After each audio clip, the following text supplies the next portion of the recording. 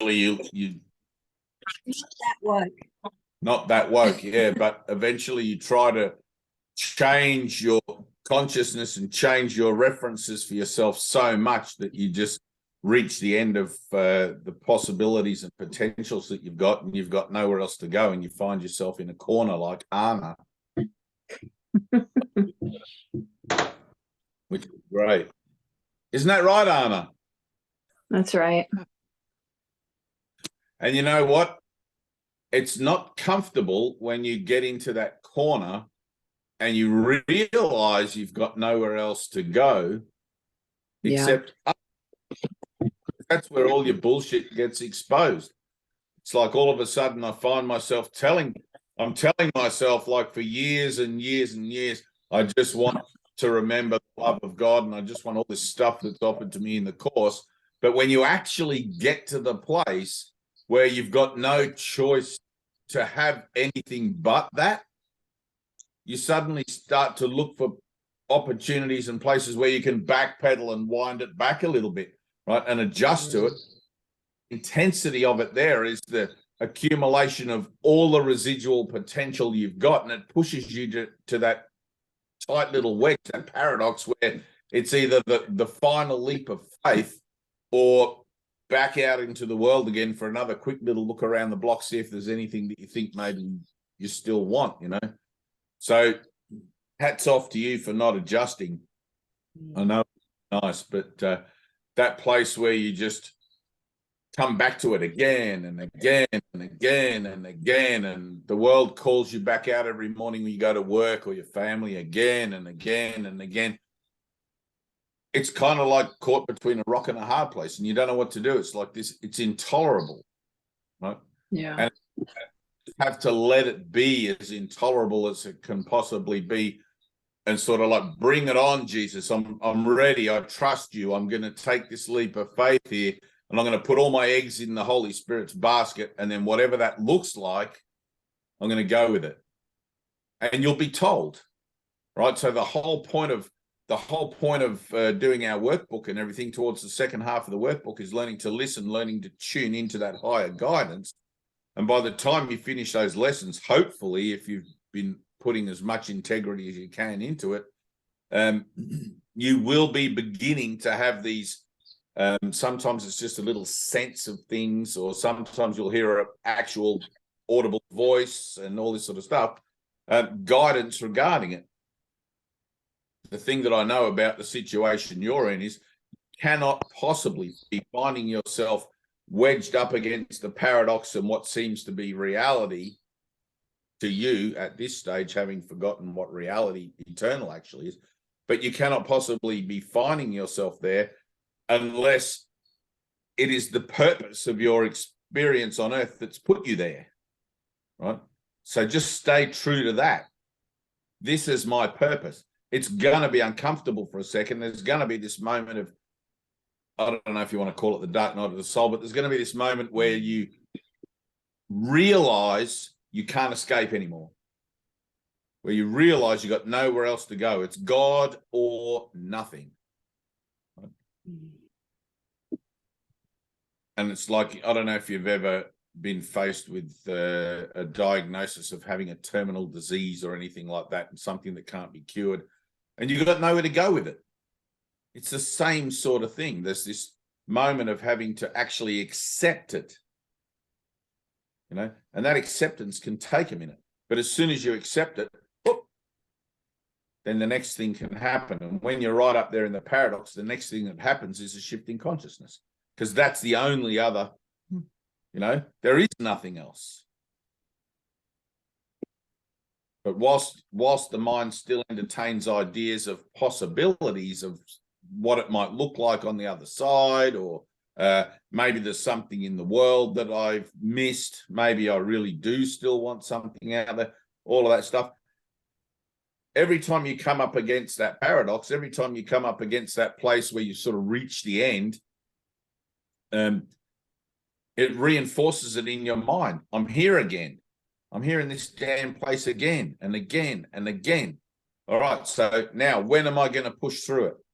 When am I going to say yes to what's on I don't know how to talk about it in a better way, but I'll talk about it as if it's like what's on the other side, but what's already within me, waiting for me to remember it. You know, that's what I'm learning to say yes to.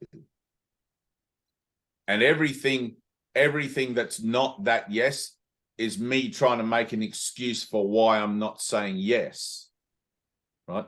There's nothing wrong with that, but as long as you can see that that's what you're doing in your mind, you'll be able to make better choices about it. If you can't see that that's what you're doing in your mind, you'll wonder what the hell's going on. Why am I so miserable? Why is Jesus abandoned me and all this sort of shit? Right? Yes, thank you, Dave. Right. You're in a good place. Right? You're in a place that some people take an entire lifetime to get to and resist all the way. It's like a cat. You try to drag a cat to the bathtub and they just want to claw and I know where you're taking me. I don't want to go there. And it's like you just went there willingly and you're there and you keep bouncing up against it. Bouncing up against it each time isn't going to make it any less fear. You know, you're not going to become any less fearful of it, but eventually you're going to get sick and tired of being fearful of it. And you're going to ask for the miracle that will enable you to transcend or to transverse that conscious place where you think you are to where you actually are. It's like it's just a flick of the switch, really.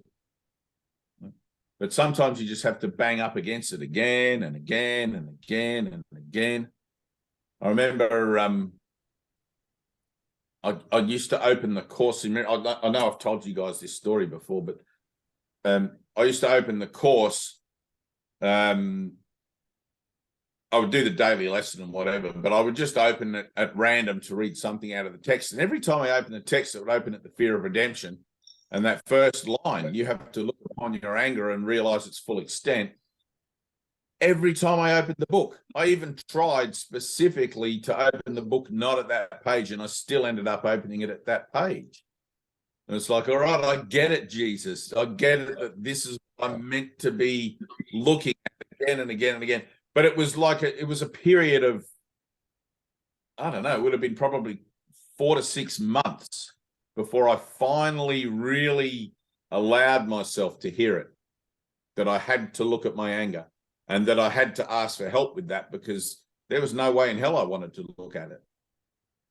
And I knew that. I knew what anger can do. I knew that if I lost control of my emotional state and allowed anger to take control, it's like Jesus says, you got to look upon that wish to kill your brother. You know, now your particular thing will be the same, but in a way that you can tangibly wrap your head around it, right? It'll show up in symbols that you can understand, and it'll show up in ways that make sense to you. But that doesn't mean that you're not going to have to ask for help with it, right? Because you don't get salvation on your own terms. You have to include in the divine. You have to include in that which you cannot remember, but which you are willing to remember through faith. And it's like, thank God for that.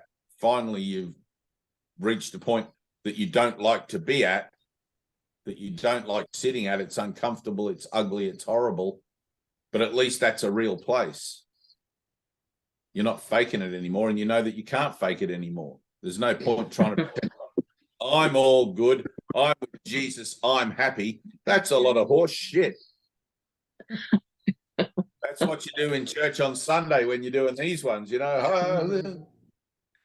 Nothing wrong with that either, but that's not where you're at, right? You're in the valley of the shadow of death, and you're right in the middle of it, and hooray. So I just want you to really get that, because I've been where you are. And I know how easy it is to become quite despondent about that, and how you just start to look for other things and go, oh, fuck, I'm sick of this Course in Miracles. It's like, try to embrace it. Try to look at it where you are and go, all right, this is good. Next step. You know, Jesus says, think of yourself as a crusader. The motto of the Course is listen, learn, and do. But you got to ask the question, right? Let me push through this, Jesus. What is this? How do I get beyond this place that I seem to keep coming up against in my consciousness? I want to be happy, right? Obviously, the first admission is that I'm a liar. I don't want to be happy. I'm just, right? Because true happiness comes through doing God's will, right? But if there's Ted used to talk about it, our teacher used to talk about it as there are ring past knots. So you go along this golden thread of unraveling, let's say, and you're unraveling the way you used to think, and in amongst that somehow you're picking up shreds of thinking in a new way that seems to be altruistic in fashion. But every now and again you reach one of these massive blocks where the thread's got like this granny knot in it, and it's like, how the hell do I undo this granny knot? And you can try all you like, you're never going to undo it, right? Because it actually is representative of one of the blocks. And the block to you seems solid and insurmountable. It's like that block has to be removed miraculously. All the other things you've been doing, all of those other little things that trigger you and show you how pissed off you are, or how jealous you are, or how mealy you are, or whatever, all of those things are triggers. They indicate a block, right? But the whole point of the course is to find your blocks.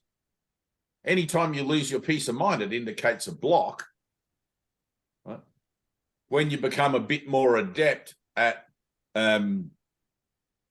looking at yourself in relationship to your transformative process, which only you can know because it's individual, self-study and all of that, you'll start to be able to pick up on it.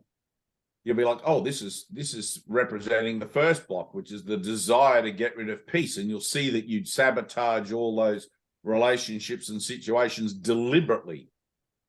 And at first you'll swear, I'm not doing this deliberately. I'm a victim, like something's happening to me. And then eventually you get tired of playing the victim. You go, well, maybe I'll look at that idea that maybe I am doing this to myself, and I'll allow myself to be shown how that is. And then you'll find the block. Until then, it's kind of like we just do this dance around it, and we look at it and we examine it with our spiritual brains, our concepts and everything. And we pick up the book and we read what does the book say about this? And eventually you get to a point like where you're at now, where the book's not going to help you. It's beyond the book. Right. It's beyond the book. It's the block, right? Now, the block is also an illusion. It's not real either, right? But that doesn't mean that it's not real to you. Somewhere it's real to you.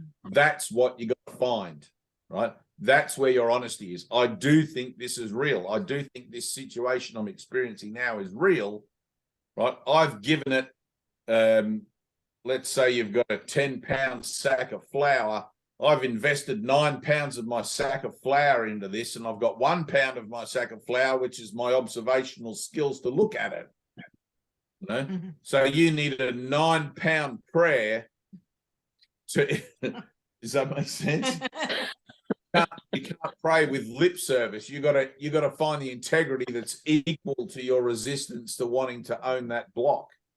I don't know if that makes sense. I don't know if I'm doing a good job of that, but it's like when you get up from your prayers, sometimes it's like I've got up from my prayers sometimes and I think, no, that wasn't very good. That was just lip service, like whatever. And sometimes you get up and you go, God damn, that was a good prayer. I really meant that. And you know it because you feel it in your heart. You just feel like, oh, that one's going to get an answer, And it's not that they're not all answered, but it's like it's the integrity of the heartfelt prayer that enables you to actually become aware of the answer. If you're just praying in lip service, then lip service will be all that you're able to perceive the answer to the prayer with, which isn't very much. So where you're at right now is the perfect opportunity for you to dig deep and go right down in and find that depth of integrity for that prayer you're going to need to face the block. Right? But you're the one's got to look at it and go, all right, what is this? I'm here again. I'm at this place. But I want you to understand that's a good place. It's actually healthy. I don't want you to hang out there for the next 10 years, but just get in and get out. Right, get in, get out. You got work to do there. And it's like when you're doing it with the Holy Spirit, in a sense, it's already done. But your recognition of the doneness of it is what we're looking for here. I want to recognize it's done. Jesus is telling me in the book it's done. He's telling me the Holy Spirit's already completed his purpose in me. So what the fuck am I looking at if it's not that? You know, let me realize that and rise up and be joyous and just be happy again and keep moving. But the ability for you to realize the truth of your prayer is going to be when it comes around again, if you react to it in the same way, or if it brings you into the same kind of thing, and you'll be like, damn, my prayer must have been horseshit. And I've said many prayers for things to be healed over the years, you know, like thinking, heal my mind of this, Jesus. I like this situation with this person or that arrangement, whatever. And then it comes around again, and I realized that my prayer wasn't deep enough. It wasn't truly from the heart, you know. And I had little Susie one day in the kitchen in the healing center, came up to me, and I must have had a long face like a horse, you know. And she's like, "What the hell's with you? You're moping around here like what?" And I said, "I've been praying for this thing, and nothing's happened." And she goes, "You need a miracle to even want a miracle." And a little light bulb went on in my head, you know. And it's like, it was like I'm lying in my prayer. And Jesus says to me, I've been a liar from the beginning, so why wouldn't I even lie in my prayers? You know, like I'm saying this prayer, but is it really true? Or am I just saying it because I'm told I need to pray? I'm told in the book that prayers is the way to communicate with God. You know, I'm not going to trust myself one little bit throughout this whole process. I'm just going to be the liar.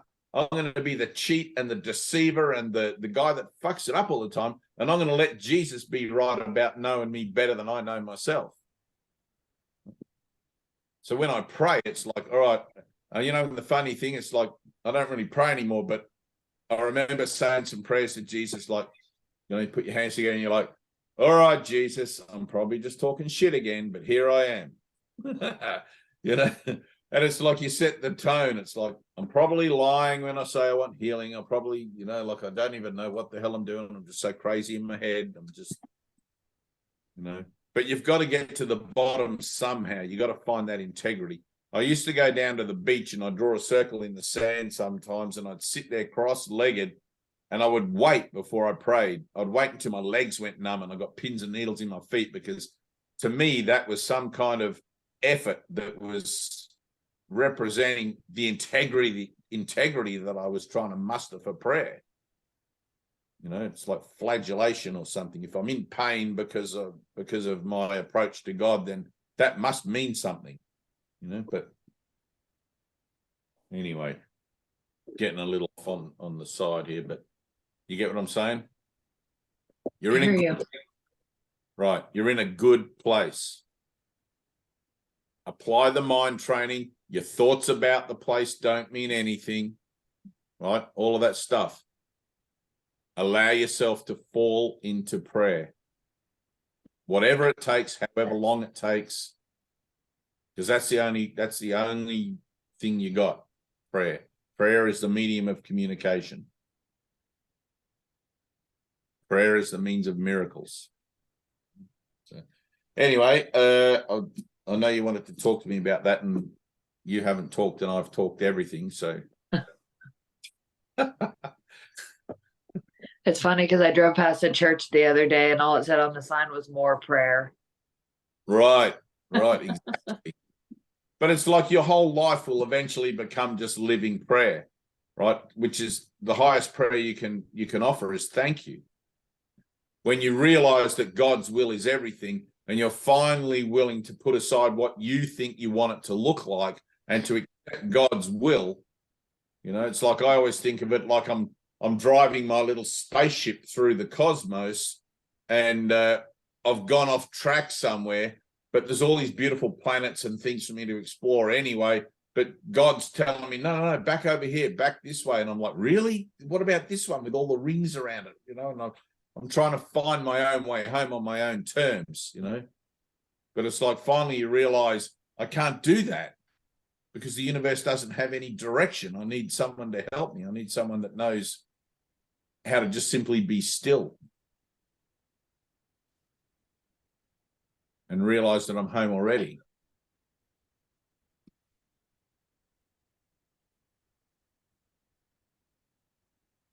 You're free, Anna.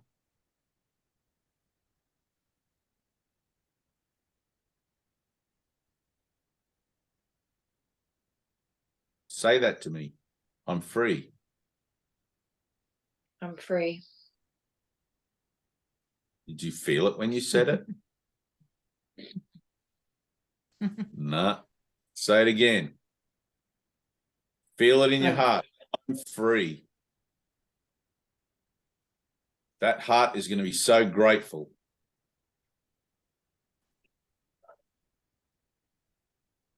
Listening and hearing are two different things. When you hear something, the heart and the mind join, and it's just like, oh man, it touched me. You're free.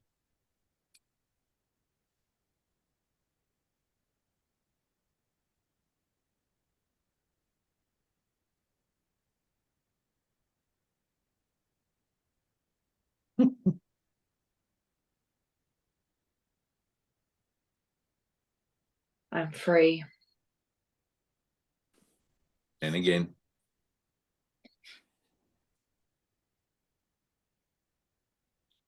I'm free.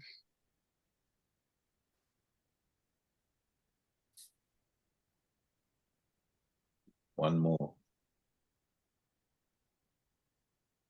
There it is right there. Ah!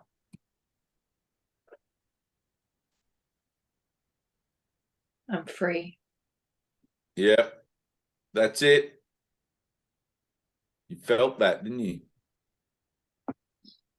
Yeah, good. Now don't adjust to it. Don't adjust. Allow yourself to just keep feeling it.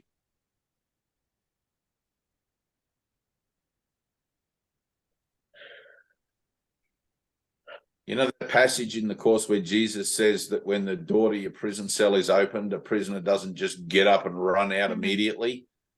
They have this kind of element of dismay where they don't really know what they're looking at with the door open in front of them.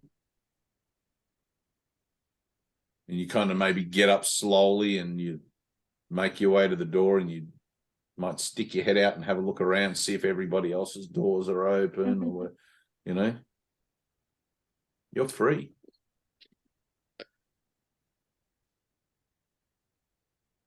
You can leave simply by walking out.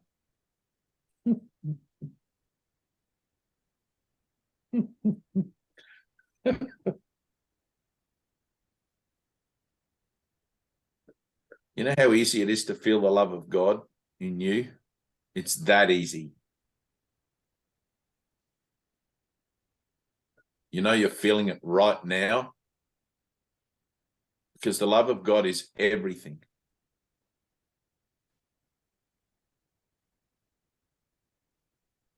It may be just a tiny little pinch, or it may be just the floodgates are opening, but you're feeling it.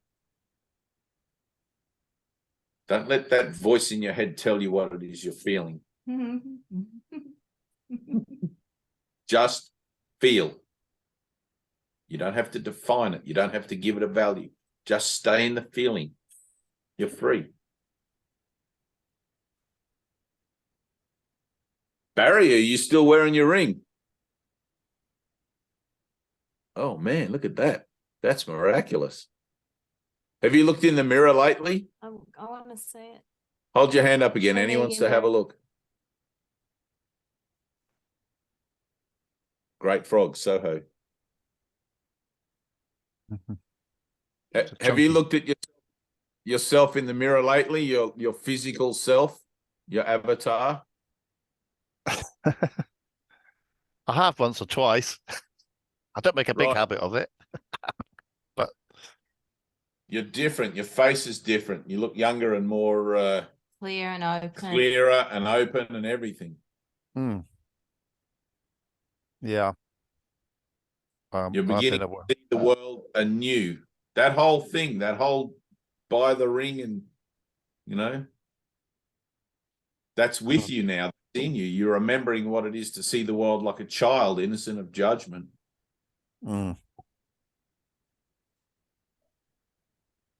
As the mind heals, the body heals, the world heals, it all heals. It's all the Holy Spirit's purpose. That's what you are. So, thumbs up. Funny. It's funny because I'm also could really relate to all that conversation with Anna there, because also I'm in this place of intense, what would I think normally be stress, like pretty enormous around my business and finances and employees and everything. And it's kind of like I keep coming back to that. I'm sure it was you, Dave, said just take everything with gratitude. You know, it's something to learn from all the time. And I'm just every time I just sit there with that, it's okay.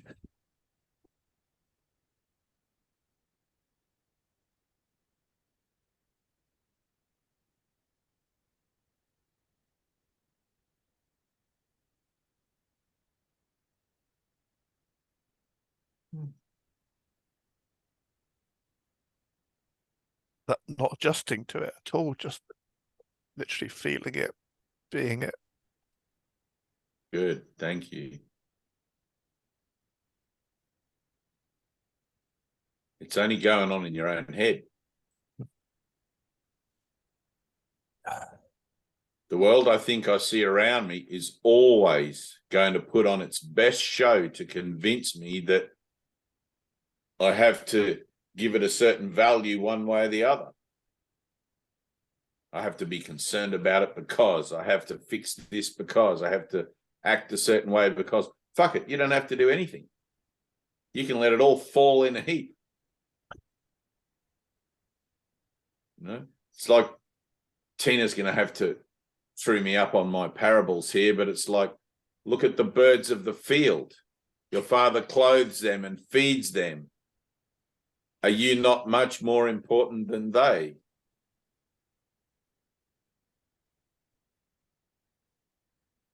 But we get these ideas in our head that our value is attributable to our situation, and it's not. I'm not going to tell you to do anything else anymore, but I can tell you that probably the best thing to do would be just to walk out and say, fuck it. Let it all fall in a heap. You know, if it's truly that you want to follow Jesus, you know, it's like you'll be shown what to do. You'll be guided. But you've got to make that decision. This is about following Jesus. This is about saying yes to give up the world and follow me, rather than saying yes to, I need a miracle to fix my business or to fix my situation. Because it's not the situation that you're trying to fix.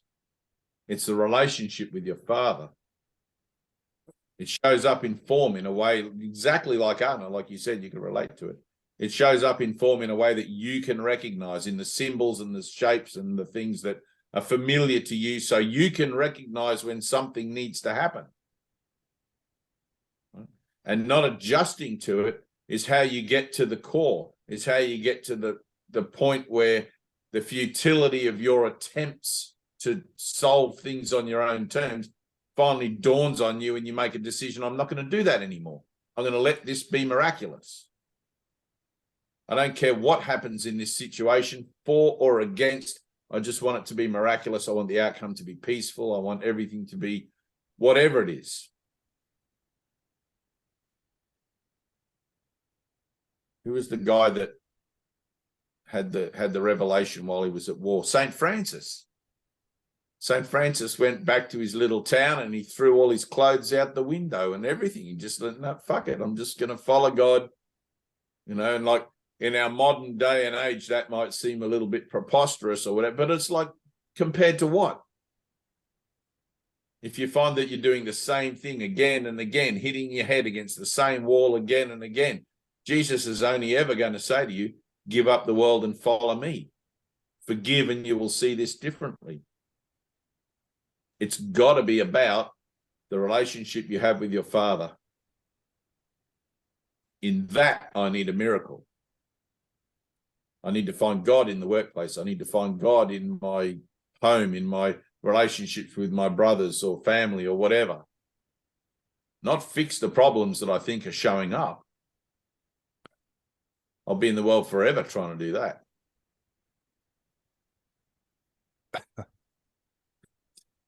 Yeah. All of I mean, these that's why I'm here this morning, really, because I like in my head was I should be at work. I should be doing something Right. about these issues. Just look but at that ring for a minute. You'll be yeah. look at your ring. What did you do? You made a decision. You said yes to something that you had no clue about. And the result was something beautiful. Not the ring. The ring's just a reminder of the beautiful thing that happened. Yeah. It's exactly the same thing. I'm saying yes to God. God says, go to the pub and have a beer with me. And you're like, that doesn't sound very godly. What about if I go to the church and we sit and pray together? It's like, no. Just remember, Jesus went into the pubs and the clubs and he talked to the prostitutes and he just went amongst the common people. He just everyday life. And that's where your salvation shows up, in the path of everyday life. You're the same as Anna. You're right in the thick of it. You may not have realized you got nowhere else to go yet to the same degree as Anna has, but I'm pretty sure you're getting there. The only alternative available is a miracle. That's it. Because this is a course in miracles, not a course in alternatives.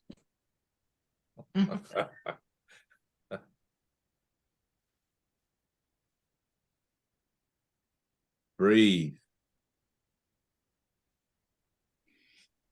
It's okay to feel, Barry. You're amongst good company. It's okay to get in touch with your deepest, darkest pain, suffering, death, and fear and doubt and all of that stuff. Because that's what we're doing. This is a journey into fear and not away from it.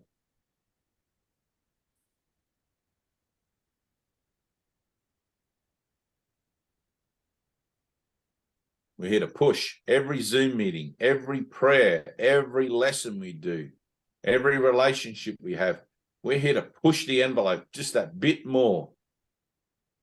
I'm going to look at my bullshit even closer today. I'm going to look at my fears and I'm not going to turn away. I'm going to feel it. I'm going to own it. I'm going to just let it cover me in fucking horse shit, whatever the hell. You know, sometimes it's horrific. But I'm not going to turn away.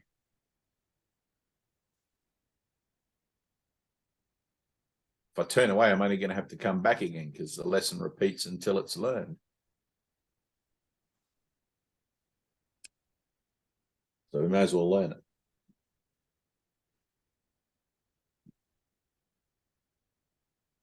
Can't help but thinking Angela's sitting in one of those boats. I wish. You see how easily the mind is convinced of things it thinks it sees? It's like, I keep looking there and there's water.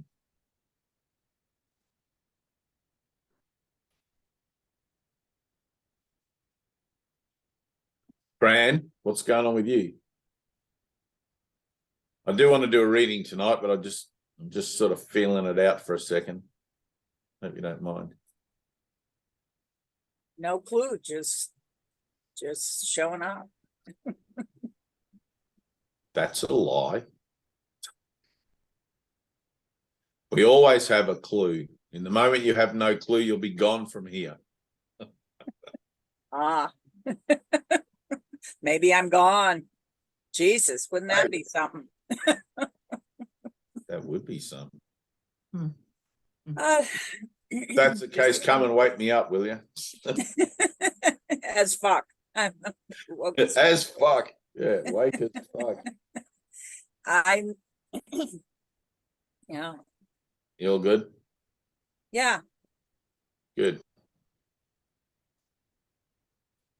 Next week I'll check on you again because I don't want you to get comfortable.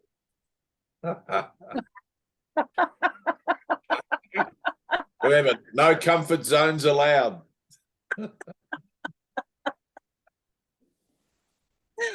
I'm not worried about that. We'll see. Ah, Famous last words. Bring Yeah. it on. be careful what you pray for. Yeah, exactly. Yeah. Francois, do you feel comfortable talking about your opening up? You wrote to me. Yeah. Feel- Yeah. I mean, if you would rather do one-to-one, I understand, but if you've like I invited you here tonight because we just happen to have it going on. So you can pick any one of the faces in these boxes. It's like, like who do you feel comfortable with? Maybe Tina or Angela or Fran or whatever. But all of you. Yeah. Yeah. There's just this the biggest thing for me at this moment is special relationships. And I can see my mind keep on going back and back to special people. It's like a possession almost.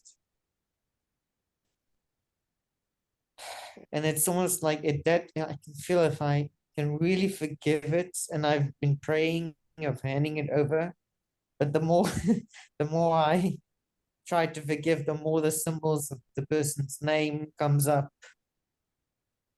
Yeah, it's just I have this maybe that's just, and I think maybe just more forgiveness. That's just a sign to forgive more, pray more, go deep, as you say, go deeper.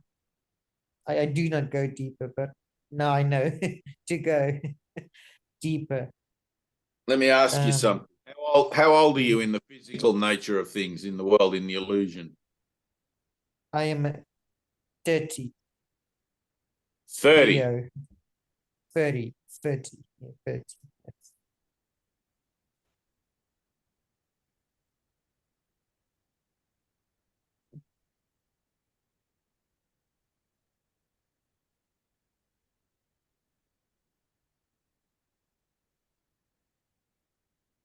So Jesus had his Christ year at 33.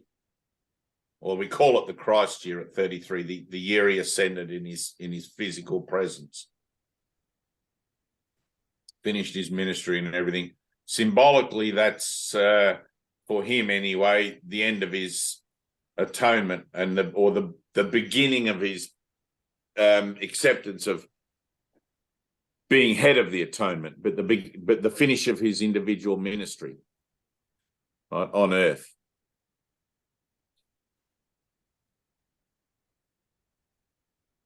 That for you, I have no clue about. For me, I have no clue about. If you've read a lot of books about a lot of the Eastern masters and things like that, some of them actually do have a clue about it, and they can tell you when they're going to lay aside their body and down to the day, the time, and the minute, pretty much. But I'm not really interested in knowing that or anything. But until then, I'm going to tell you this. Use your body. Don't try to use it being holy. Don't try to use it being not holy. Just use it. Whatever comes your way, include it all in. If it looks like a special relationship for a second, include that in. Let it be that way. Don't try to, and I'm not saying that this is what you're doing, but I just want to put it there anyway. Don't try to defend yourself with spiritual principles and concepts from entering into a situation that more than likely has more to offer than just the relinquishment of the relationship itself in the special way. Yeah. All right. Yeah. One of the one of the best opportunities for change that you'll come across or have is to find yourself in a committed relationship with somebody and to get to know that person and to be with that person. And of course, at first, there's always going to be that little honeymoon period where everything's good. But then you're looking for the bit where the honeymoon period wears off, right? Where you start to get on each other's nerves, because that's going to go off and on and off and on throughout the relationship. And the relationship long term is going to be more valuable to you than if you just tried to heal yourself of the idea of its specialness from the outset, because you don't really know what degree of specialness it contains. That idea of specialness is just a concept in your head that you tell yourself because you've read about it in the course. Oh, special relationship's bad. Universal relationship's good. I need to pray more. And that may be the case. Maybe you do need to pray more. But it's like, be open to everything, include everything in. It's like that old saying, it's like God puts people in my path for a reason. You know, there's people that I'm meant to meet for a reason. And if I don't defend myself, then the relationship that evolves through that meeting can look like anything. Physical, intimate, superficial, casual, whatever. There's not really a way to define relationships, but you get a general sense of it. You know? So if I look at the idea that all my relationships are already healed through the Holy Spirit, then what I encounter in my physical experience is simply part and parcel of how it was that those relationships were healed in me, which is offering me an opportunity to be miracle-minded to see it that way. Because what I'm looking at is already in the past. It's already done. And I'm looking at the part that I played with my new technology, my new Christ-mindedness, to be able to see that it's done and to be able to see the doneness reflected there so that I can see the Christ in that brother. Doesn't mean that I don't have anything to do with their body. Of course I do. We sit at the same table and have dinner. We sleep in the same bed. We go shopping together. We drive around in the car together, have kids together, do all sorts of stuff together. But it's the idea of specialness is more that I think my brother is that body, rather than recognizing that brother is someone on the journey with me who's come here at my request to help me share the journey, to help me understand myself as we go along. You know, let it be totally. Here's a relationship that's totally special. God's going to give me one person that's totally special to me at the exclusion of all others, that's going to show me everything I need to know about myself on my path. Now, don't decide what that ought to look like. It might last for a month, a year, 10 years, 20 years, lifetime, maybe just a casual smile in a coffee shop. It's still part of a relationship and it's totally special. Right? Yeah. All of your concerns about the relationship as being something that might somehow perhaps be a detriment to your salvation are going to fall away, because your purpose is to learn to see that relationship through higher vision, through higher eyes, through choosing again about it, not through abandoning it or you know, running away from it or asking for the healing of it so you don't have to go through it. It's more than likely you're going to have to go through it. Absolutely every single one of us on this page sitting in this meeting has been in relationships that have pushed our buttons and pulled us every which way but loose. And every one of those, whether we do it at the time or not, every one of those was actually an opportunity to be grateful. To look in the mirror of our self-reflection and see what it is in the other person that we're blaming and projecting onto them that we don't want to look at in ourselves. You know? Yeah. So take a load off. You know, take a load off, relax, enjoy the special relationship. You've already done it. You know, enjoy the shit out of it. Yeah, I love everything you just said, but I just want to place this one person and he's married, and the guilt, Ah, you know, I mean, it's been going on for 9 years, every day thinking of this man, and he's right, married, happy with children, and I feel so right. guilty. Good. Not good that you feel guilty, but good that you recognize you feel guilty. Horrible. It is And I horrible. just wish, All right, ready? You feel guilty because you want to feel guilty. yeah, You want to feel guilty, Francois. yeah, I realize, yeah. No, you don't. I Ready? realize. Listen, you feel guilty because you want to feel guilty. It's your tool against God. It's what you think you threaten God's omnipotence with, your guilt. If you suffer, God can't be omnipotent because God is unconditional, and therefore you've broken the laws of unconditional love and you've manifested something that has no reality in truth. It's not true. You're completely insane, and you're convinced yourself that you're rationalized in your beliefs about it by being guilty about it, as if you can somehow validate it yourself. You can't. After 9 years, I would have thought that would be apparent. Yeah, and it's not going, it's just, it Right, haunts me. because you haven't, it won't go until you realize that you want it. Okay, You've got to I get admit it. No, you don't. You don't get it. You're just sitting there saying, I get it because I'm telling you something. But you don't actually get it. In the moment you get it, you'll be like, holy crap, it's gone. Because there's nothing preventing you from experiencing freedom and liberation and perfect peace of mind other than that you don't want to. Yeah, It's that's the what I whole get. condition, whole human condition. Right.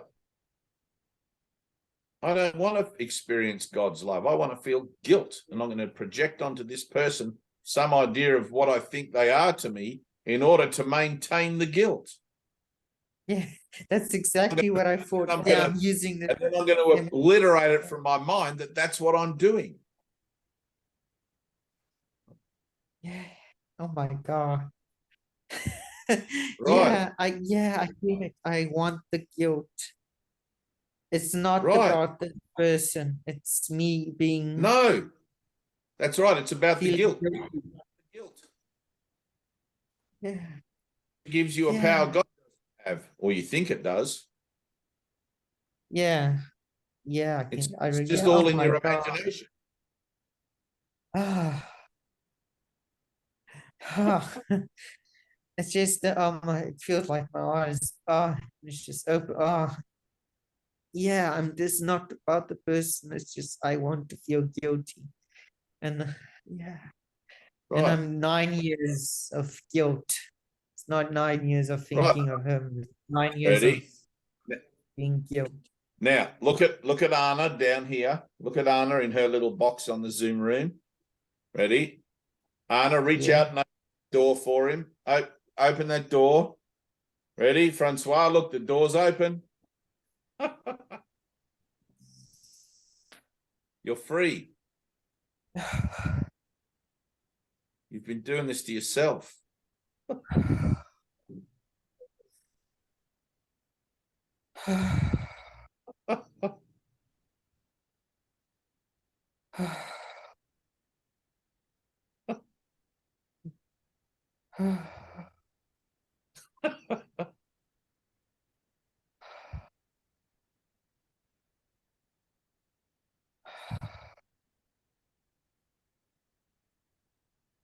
Woke as fuck.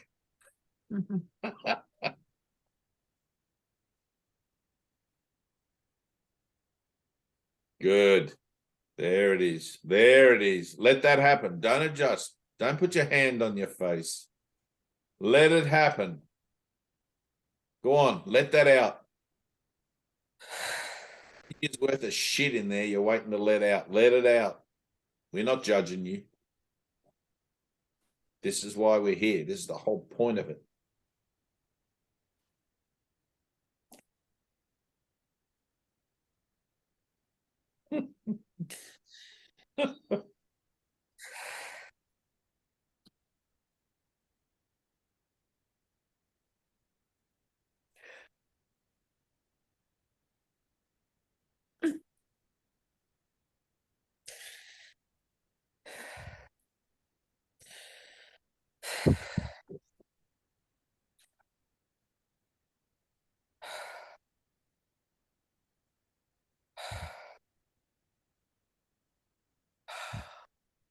That's okay. Let it happen. Getting hot in here, isn't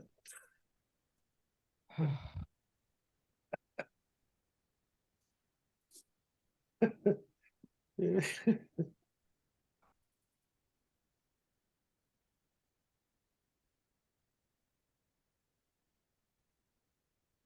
You're probably going to want to sit with that for a little while. Okay, maybe a day or right? Maybe a day or two. Drink plenty of water. Okay, drink plenty of water. Try not to get into conversations with anybody for the next couple of days, and maybe take yourself for a nice walk in a park or in the country or something like that, and just allow it to be reassociated in you, because it will be. It'll be a bit of a process. It'll take a few days. Okay, 9 years worth of guilt. I mean, healed in an instant, but in time, that looks like a bit of a process sometimes.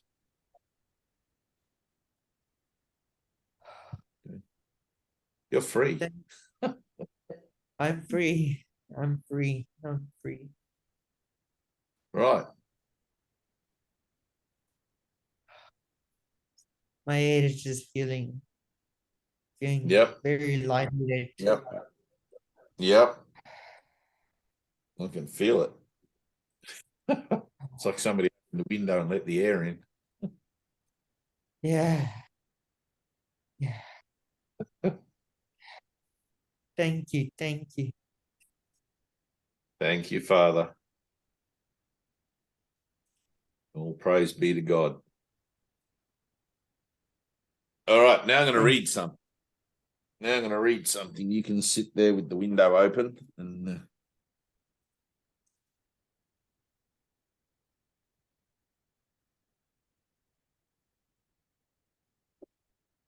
find it in here.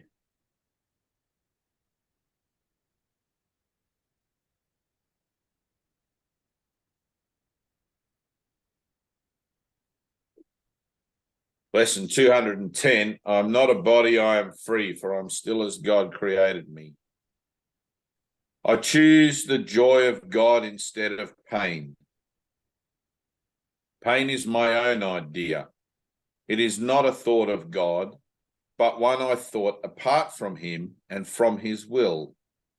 His will is joy and only joy for his beloved Son, and that I choose instead of what I made.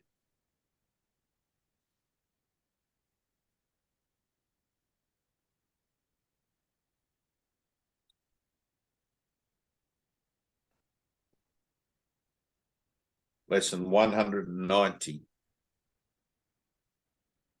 Barry, close your eyes and listen. Fran, close your eyes and feel. I choose the joy of God instead of pain. Pain is a wrong perspective. When it is experienced in any form, it is a proof of self-deception. It is not a fact at all. There is no form it takes which will not disappear if seen aright. For pain proclaims God cruel. How could it be real in any form? It's witness to God, the Father's hatred of his Son, the sinfulness he sees in him, and his insane desire for revenge and death. Can such projections be attested to? Can they be anything but wholly false? Pain is but witness to the Son's mistakes in what he thinks he is. It is a dream of fierce retaliation for a crime that could not be committed, for attack on what is wholly unassailable. It is a nightmare of abandonment by an eternal love which could not leave the Son whom it created out of love. And is a sign illusions reign in place of truth. It demonstrates God is denied, confused with fear, perceived as mad and seen traitor to himself.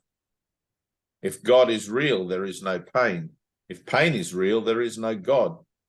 For vengeance is not part of love, and fear, denying love and using pain to prove that God is dead, has shown that death is victor over life. The body is the Son of God, corruptible in death, as mortal as the Father he has slain. Peace to such foolishness. The time has come to laugh at such insane ideas. There is no need to think of them as savage crimes or secret sins with weighty consequence. Who but a madman could conceive of them as cause of anything? Their witness, pain, is mad as they, and no more to be feared than the insane illusions which it shields and tries to demonstrate must still be true. Which it shields and tries to demonstrate must still be true. It doesn't shield it from truth, it shields it from you.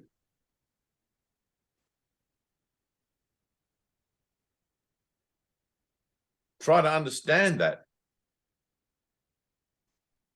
What you think seems to be going on out here and that you give value to isn't what's actually going on. It's going on in the mind that thinks these things that are happening out here, and it shields it from itself that that's the case. And it'll use all sorts of deceptions and all sorts of trickery to keep that shield in place. Guilt is one of them. The only thing that's going on is a relationship with God. That's it. I'm in a divine romance. I'm in a divine romance with the universal creative source of all reality. I'm falling in love with myself over and over and over. And everyone and everything that seems to be out there presenting opportunities to feel a certain way or think a certain way are part of that romance. But they're not the romance itself. They're the symbols that represent it. The romance is happening in my heart.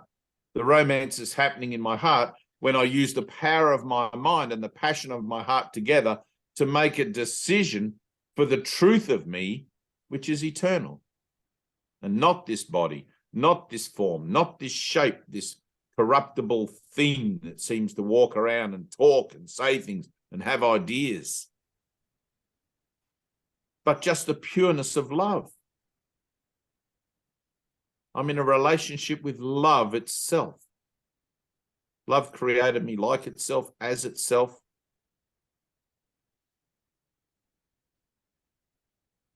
And I'm learning to heal my mind, or I'm learning to clean my mirror so that all I see in my brothers is love. All that I see is the truth beyond the form, beyond the image.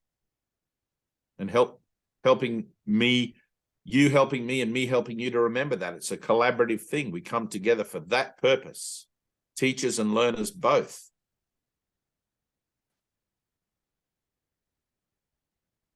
Without you, I wouldn't remember what the hell my purpose is. Without me, I would venture to say the same, but we're here. We've made it. We're at the end of time together right now. This is it. We're done. We've said yes to the Holy Spirit, yes to Jesus, and now we're just simply living in the remembrance of our yes and allowing that to be the case no matter what shows up.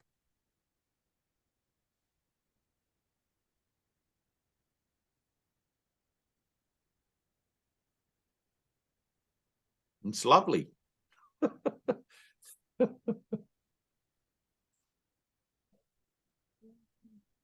Divine romance.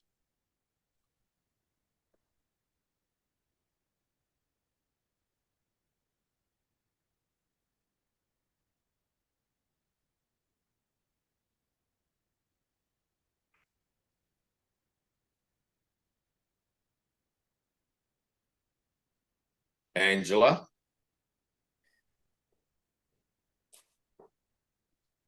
Hi, What's Dave. going on? You have something going on there or what? Well, I don't really know. It's just since Love your that accent. big since that big shift, it's just strange, I suppose. No 2 days are the same. Everything can be so peaceful and just so peaceful, and then you can sort of, it's like a little wave starting, but you know there's a big wave behind it, and you're just ready to try and dodge it, but then you think, can't dodge it, got to just do what you've got to do.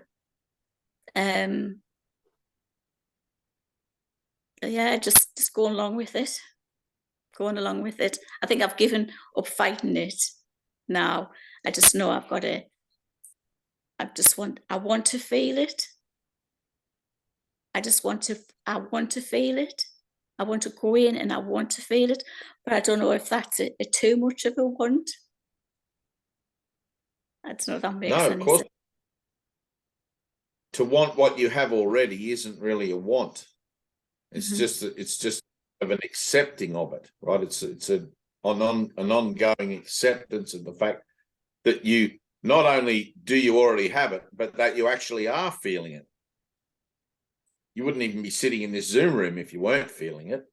There's something going on that you're tangibly connecting with, even on a very superficial or conceptual level. You know, when you have a shift, you connect with it on a much more profound level because you can't explain the shift in your own terms. It's like, how did that happen? I don't know. It was a miracle, right? If you try not to examine the shift, you'll actually feel the subtle energy of it. You'll actually feel there's like a kind of a little tweak, a little, I don't know how to talk about this part of it. Like there's it's like birds, you know, when there's a storm coming, birds all know, they just up and fly away. They feel it. They just get a sense. They just sort of, they go off for safety somewhere, right? That's the same in you, right? Now, the idea of your relationship with the earth is the same as your relationship with God, right? So body to earth is the same as father to son, right? You're including it all in as a symbiotic kind of nurturing, loving, I don't even know the words like that, but when you how would I put this? If you were to go and spend time, let's say, in a tribal society, for example, like we have Australian Aboriginals here, and maybe where you live, there's people living in the Congo or Africa or whatever, and they live off the land, right? They automatically become attuned to the changes in the seasons, to the movements of birds in the bushes, animals rustling. They know what it all means. They don't have to be told. They just sort of like, they see a footprint going in a different direction. They know something else is happening, and it's just they pick up on it, right?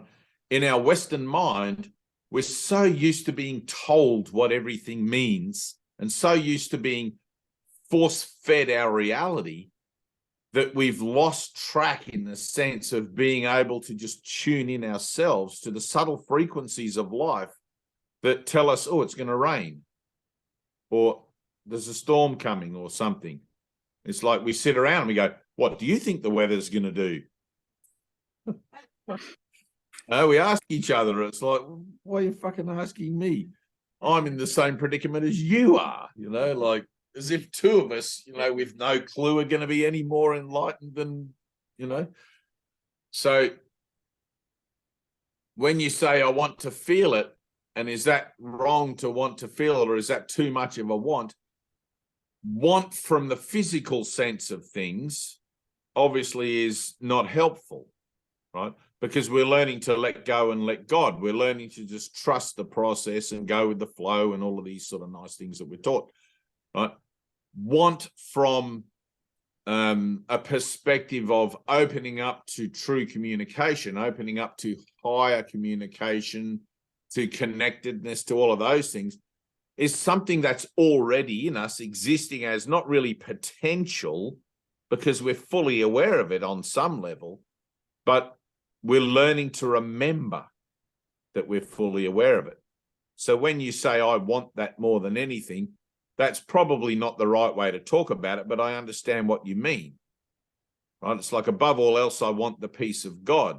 Those are Jesus's words, not mine. And when he uses those words, I want the peace of God, he does so with the recognition that it's not the peace of God you're really asking for, because you've already got that in you somewhere. You're asking for the ability to become aware of it. Right? Free me from my illusions, Father, so that the truth can be like shine out from me, and I can see it in the act of giving. Right? So literally, in the act of giving of yourself, you realize and recognize what it is that you're actually about. Right? Another Saint Francis, it is in the act of giving that we receive. Now, I'm not saying giving of your physical things or whatever, but in the moments where God puts somebody in your path who's asking for help, or there's something that you just know that you're to be about and be about your Father's business, that's actually you in the willingness to give God's love. And I've had people say to me, oh, I've got no love to give. I'm a dry, empty husk, you know, and I don't feel love. I don't feel anything, and blah, blah, blah. And it's like, well, no, that's never the truth, because God's love is eternal in you, and that flame doesn't go out. It just means that you're unaware of it. So when you say, I want that, I want more of that, you're asking really to become more aware of what that is. So very simply, give it all away. Empty your cup, give your love totally, and you'll begin to feel the presence of the, what would you call it? The origin of the wellspring of that love in you. And you'll just become like addicted, if you like, to giving, to wanting to give, to wanting to extend, to wanting to just shine your love. And that doesn't have to look like some big showy thing. It just looks like, I'm willing to be of service today, Father.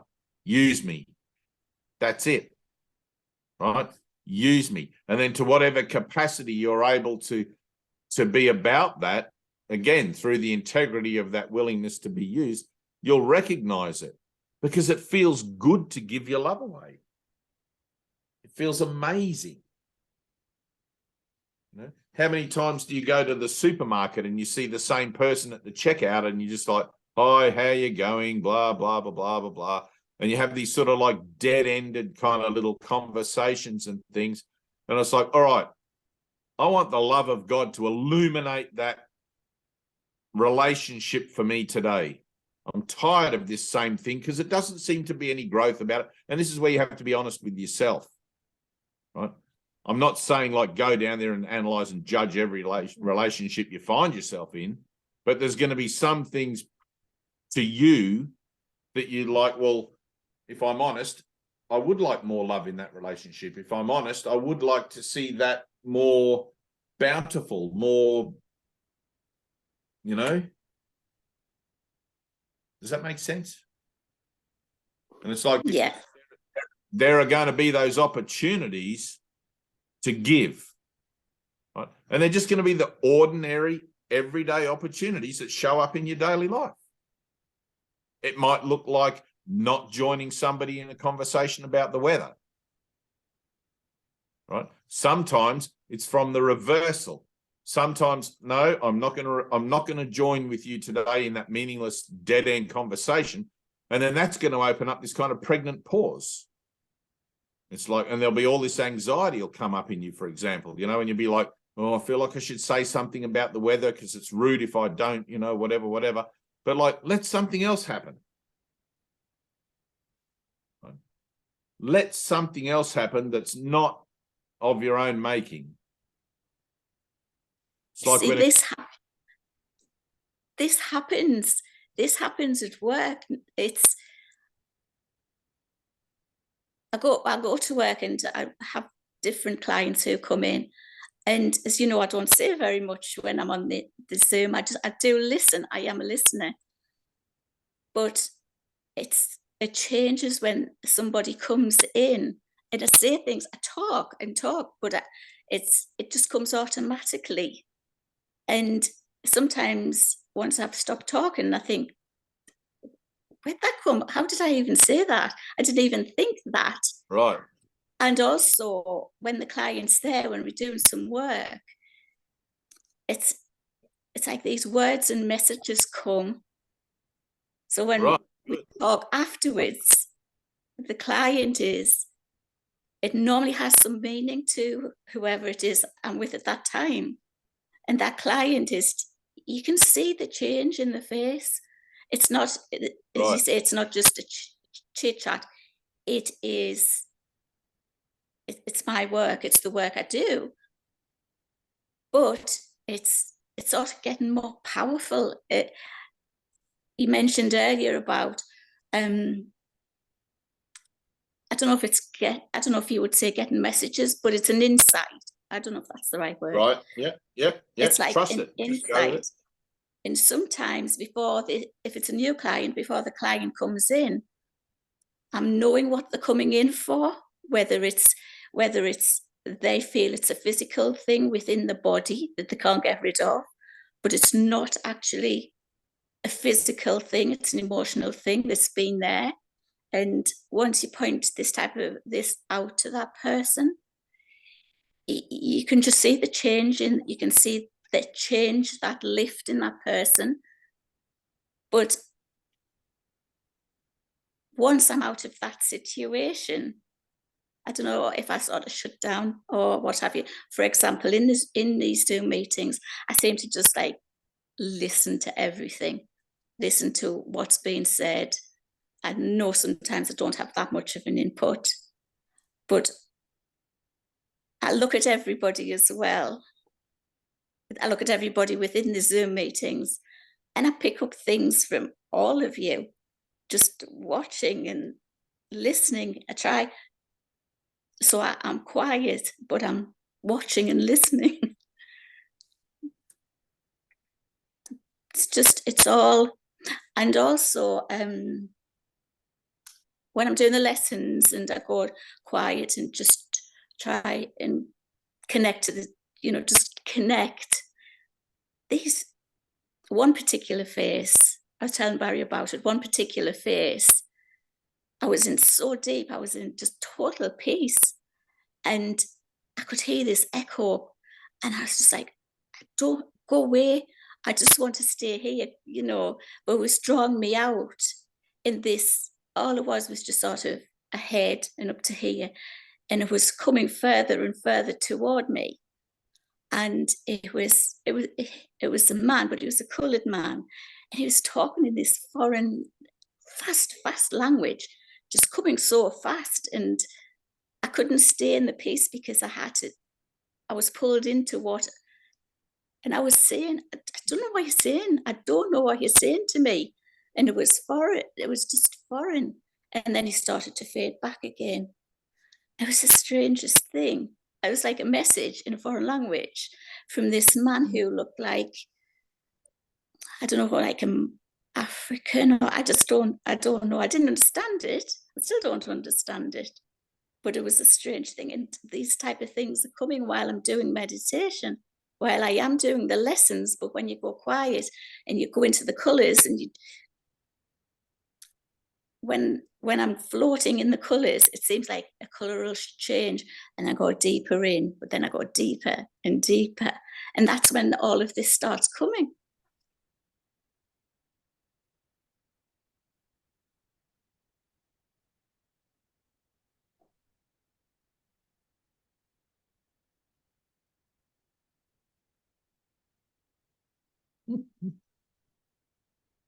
Good.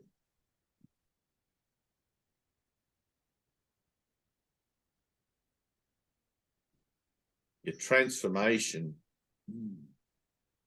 whether you're using the course or whether you've got learnings from other lifetimes or other particular things you've been doing, your transformation is always personal to you, personal and individual to you. So at the point where I pick up the course and I start doing the workbook, I stop looking for meaning in the symbols.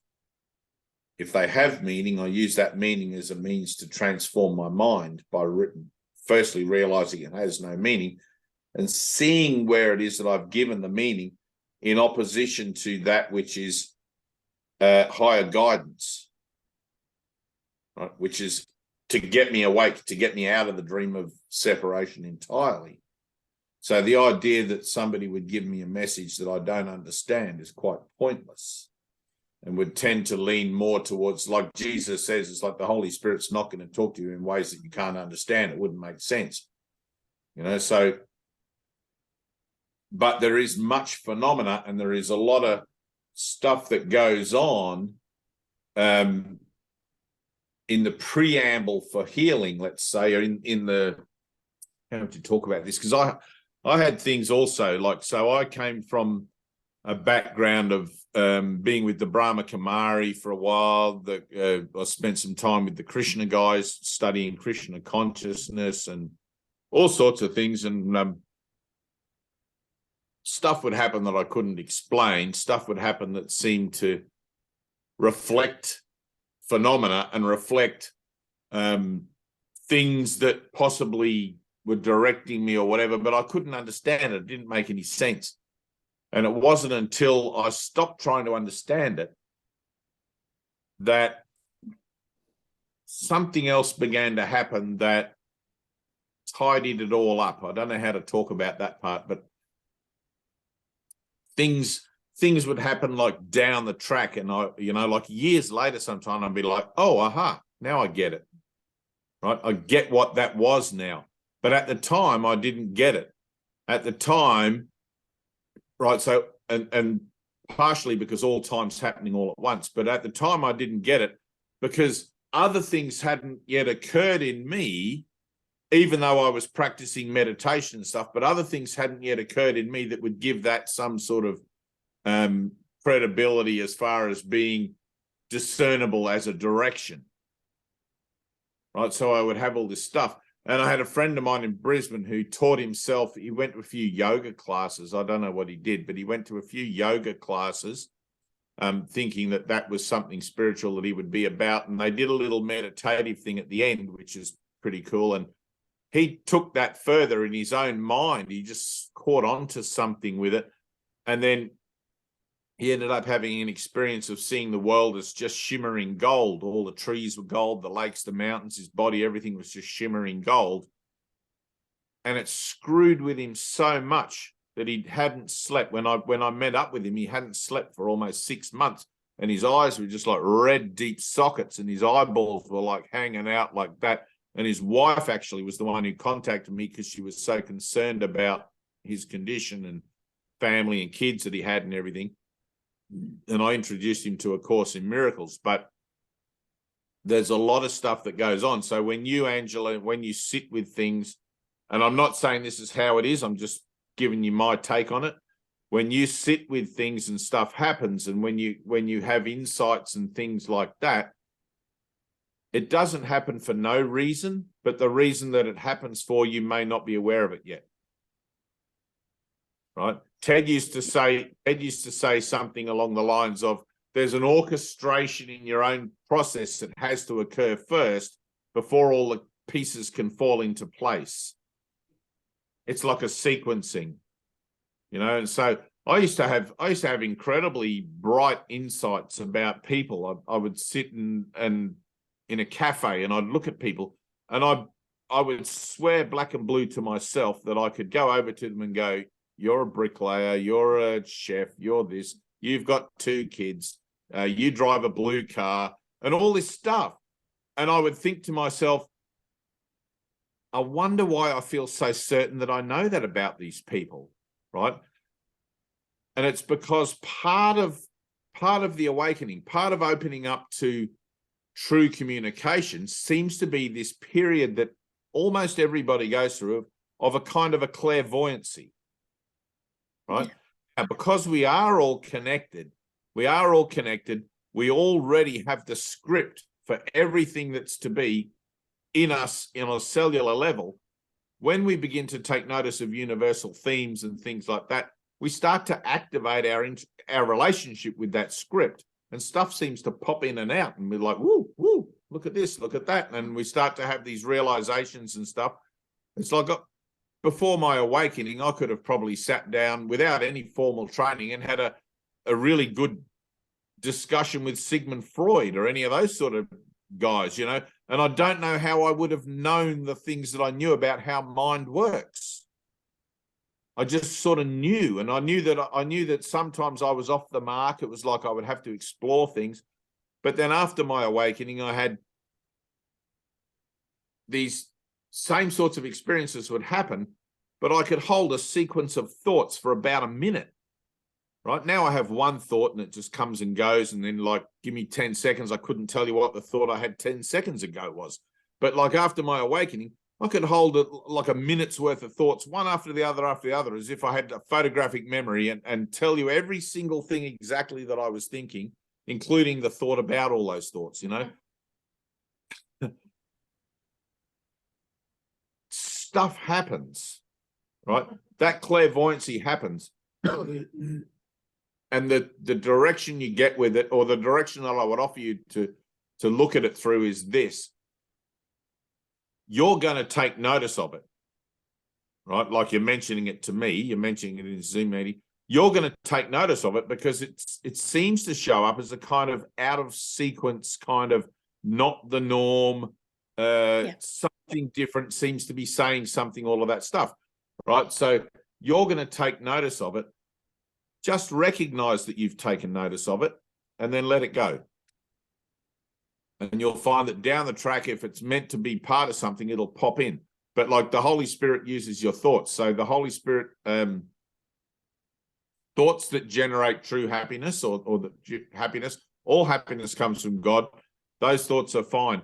Thoughts that are slightly off track, the Holy Spirit can purify. And ones that are completely like ridiculous, he just abolishes them altogether, right?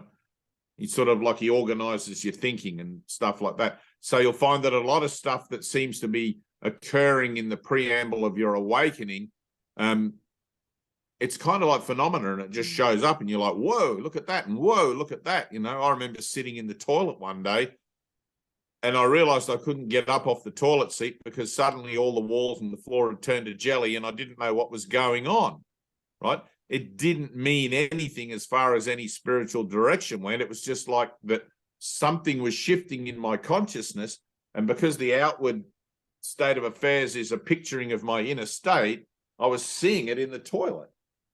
You know, there was, and these things seem to happen often to me in a state of stillness where I'm just sitting doing nothing. I'm driving my car, sitting on the toilet, staring out the window, whatever. I just have a quiet moment by myself, and then stuff seems to, you know, of itself, it doesn't really mean anything. It's just an indicator that I'm on the right track. You know, but like I think Jesus says in the Course, this is a sort of a temporary phase that everyone pretty much will go through. You know, so don't be concerned about it. But as far as wanting more of that love of God that you started this little thing with, that's great. Want it totally. Right?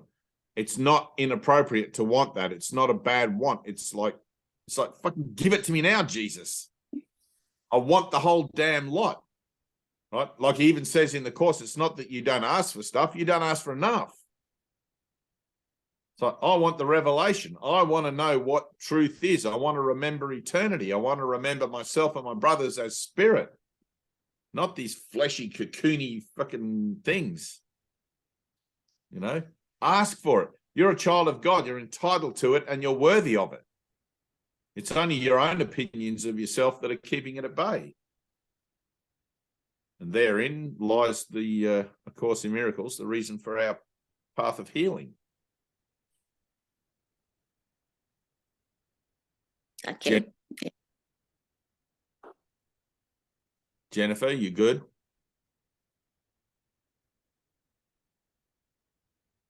Yes. Yes, I'm good. Standing at the door. Door's wide open.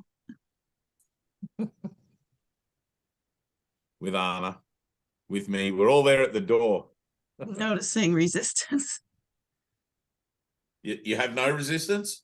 Noticing my resistance. Oh, notice. Oh, that's good. It's good to notice it. You're free. Yeah. I feel like I should give you a little assignment like I gave Barry. I don't yet know your particulars well enough to really do that with any credible kind of manner, but I gave Barry a little assignment that he noticed his resistance too.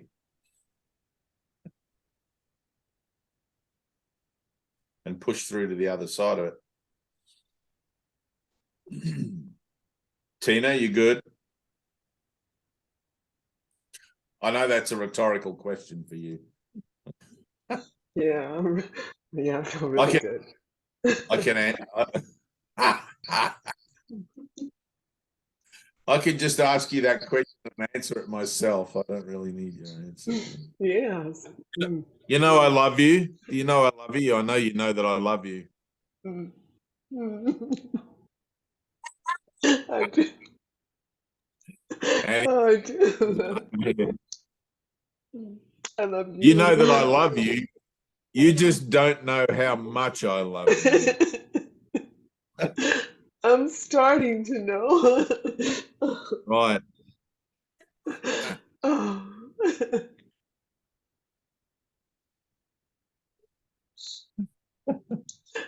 Oh, how much I love you. Oh, that's what I'm really starting to feel. Good. Should we smoke a cigarette? Oh man, that would be amazing. That's been a long time. I've never had one of those Hollywood scenes, you know, like those Hollywood movies where the two people fall in love and you see them go into the bedroom and the next thing they're smoking a Exactly, cigarette. like. I know, and when you're little, you're like, what between when they went into there? It's like, that's the mystery. That's the miracle. I don't know how you get from not knowing what's going to happen to realizing, reminiscing about it. and then you're basking in the afterglow. Yeah, they just had the moment and then they're like, right, reminiscing together about what just occurred. But the moment is implicit in the cigarette, so it's just like, and that's kind of like what we do. Right. Yeah. If I didn't have the cigarette, I wouldn't be able to validate the moment I had because the cigarette, like, yeah, it's something that I wouldn't know whether I got it right or not. The cigarette tells me that everything's fine. We can share that cigarette and never talk to each other again after. And that's the best part. Luckily, our love doesn't depend on symbols like that or qualifying it or anything else. It's just, oh man, it's a warmth. It's a beautiful warmth, welcoming, and I love you.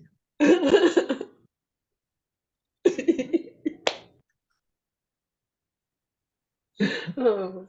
I love you. And you and you and you and you and you and you. It's nice, isn't it? You see the casting. Oh my God, it's so good. Like, you guys have stuck by me through all of this shit. And we at the end of time wearing a different face, and we have a different body, but it's just us. And then we all just like come together. Oh wow. Have you seen that movie with Jet Li, The One? Or One? What's it? Is it One or The One? Is that the one with the Leah? Don't know. I don't know who that is. We did this whole Aaliyah, we did the whole Aaliyah thing. I have the T-shirt. No, I think that was Romeo something. I don't remember that. But Jet Li is I think he's a time traveler or something. And you know the idea of the multiverse. So there's a version of you in every kind of universe. Are you going, Angela? Were you waving? Oh, okay. Give your love away. You got to give it away to see it. You got to give it away to feel it. So The One, it's called The One. Jet Li, it's called The One. And he realizes that he exists in every version of reality, in every multiverse. So he decides to go into every multiverse and kill off the other version of himself so that the energy that they all contain becomes one energy, and he becomes the one living embodiment of all of his separated selves. Of course, they put the science, it's kind of a good thing, really, but they put the science fiction in there, and they have these time cops that start to realize some of these flow, you know, and they try to stop him. But if he becomes too powerful, they can't stop him. He's the one, you know. And it's like, that's kind of what we're doing. You know, we're collapsing across all the span of ourselves in all of these different images of ourselves, realizing that I'm one with what I see. I'm accepting atonement. I'm one with Jennifer and Fran and Anna and Barry and you and me, and we're all the one entity, the one being, the one creative expression of love. Yeah. And in that there's no specialness, there's nothing, there's no guilt. Where's Francois gone? Oh, he's there. So but you know, it's lovely, and I love you. I love you, Barry.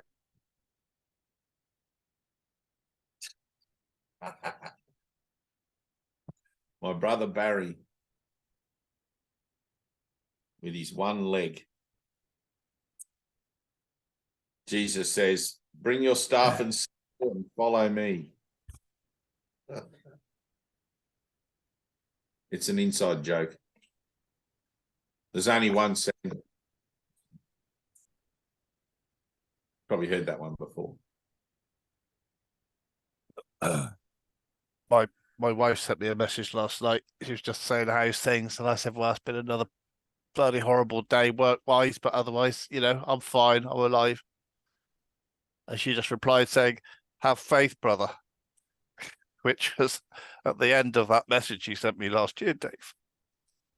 Nice. See, the Christ talks to you through everybody. Yeah. Barry, what time is it of the day there? It's 10:38 in the morning. In the morning, good. Is it raining outside? No, it's quite pleasant. Good. So after our Zoom meeting, make yourself a cup of tea or coffee, go out into your garden and sit there looking at that view. Remember that photo you sent me of the view out over the hills and all of that sort of thing? Yeah. Sit there and do your lesson for the day. Whatever it is. If you've got, are you still doing the workbook lessons? I'm not doing them this year. I did them solid last year. So this year I've been more. Fair enough. No, that's fair enough. Yeah, dipping in and out, and I do a bit with Angela as well during the week as well. I've been talking with Angela, so I'm kind of doing it that way, if you know what I mean. Okay, so go and sit out there looking at the view and do lesson 121. Okay. Okay, cup of tea, and then spend a few moments just silent, breathing, letting all that stuff go, letting all that energy go about everything you think's going on. Have faith, brother, and all of that included, until you reach a place where there's nothing.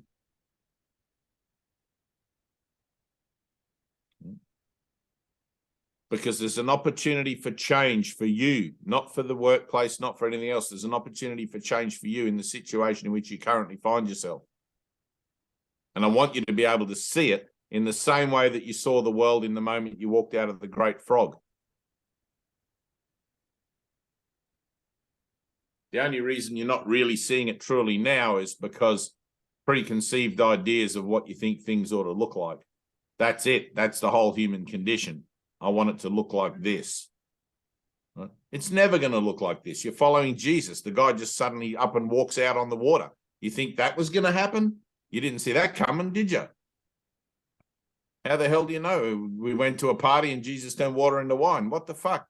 I didn't know that was happening. But yet we still convince ourselves somehow that we think we should know what's happening throughout the day. Let everything be miraculous. There's a leper. Look at that. Jesus is over there healing the leper. God damn that Jesus. He's everywhere. God blesses that Jesus. God damn me for thinking that it shouldn't have looked like that. I know there's a solution to whatever it is you think the problem is. I'm telling you there's no problem, but I know there's a solution to whatever you think the problem is at your work, your home, your whatever it is. But it's not going to be what you think it is. Just remember, you're following Jesus. Let it be miraculous. You're learning to be miracle-minded, not Barry-minded. Barry-minded got you into this pickle. Miracle-minded will get you out of it. Okay? And if you forget, look at your ring on your finger. It's true. Lord of the Rings. Lord of the Rings. Yeah, Barry, the Lord of the Rings. There we go. Precious.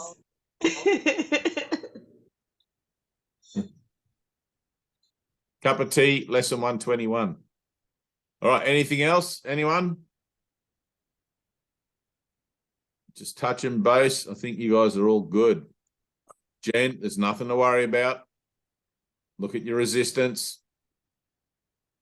That's where it is. That's where it happens, in the resistance. Don't be afraid of it. It can't hurt you. It's just energy. You guys try to think of all that stuff as just energy. Resistance is, I call it resistance, but what is it really? It's fear. It's just an energy. It's just something that's I've given a meaning to that seems to be between me and the love of God. But if the love of God is everything, how can there possibly be anything between it, between me and it? Impossible. I'm doing this to myself. I must be crazy. I must be off my head. I must be a Fruit Loop. Look, my face is going white and then red and white and red. I don't know why that's happening. Nope. Best light ever, but no, I don't know what. It's not my light. Can't do it on demand. All right, I love you guys. Barry, 121. Anna, everything's fine. Trust the process. Stay where you're at. Push the limit. If you need to, draw a circle. Annie's coming back. She's sensing the end is near. She wants to be part of the celebration. The end is near.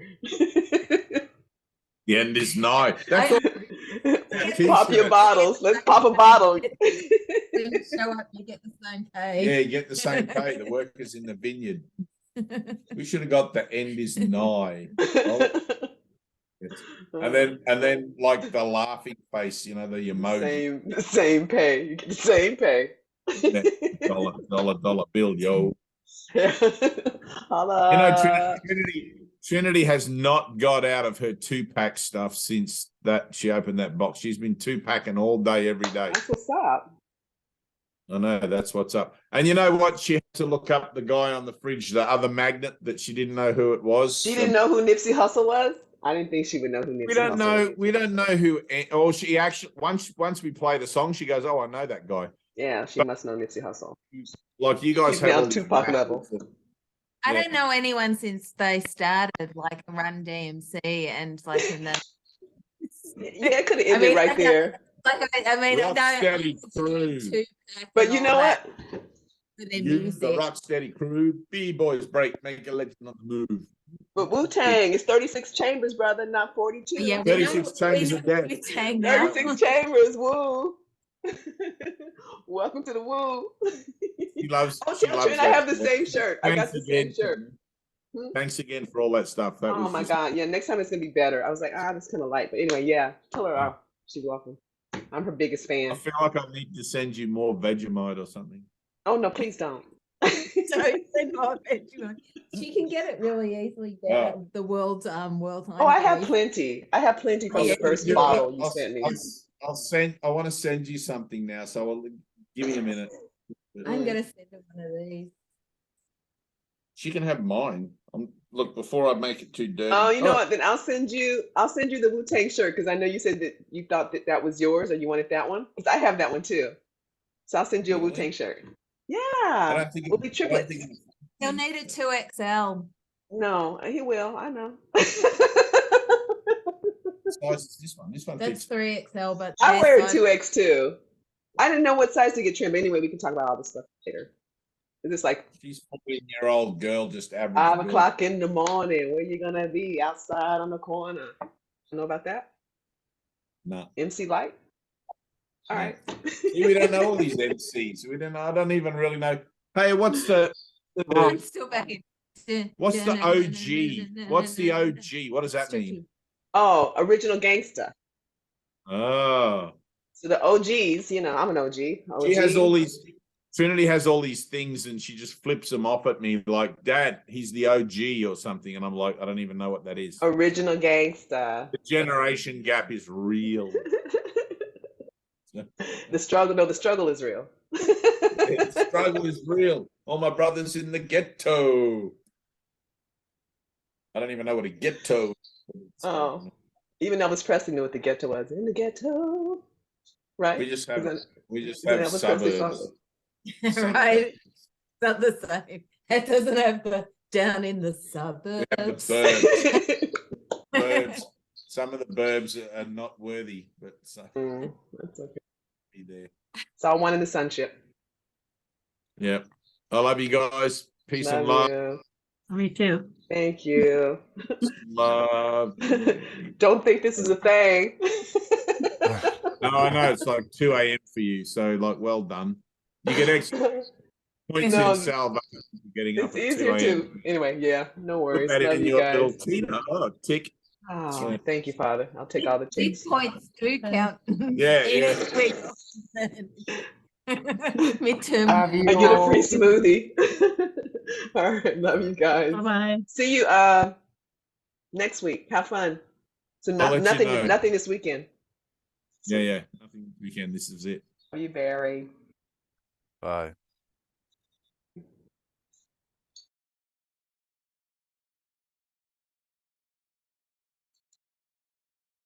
My Francois, I love you.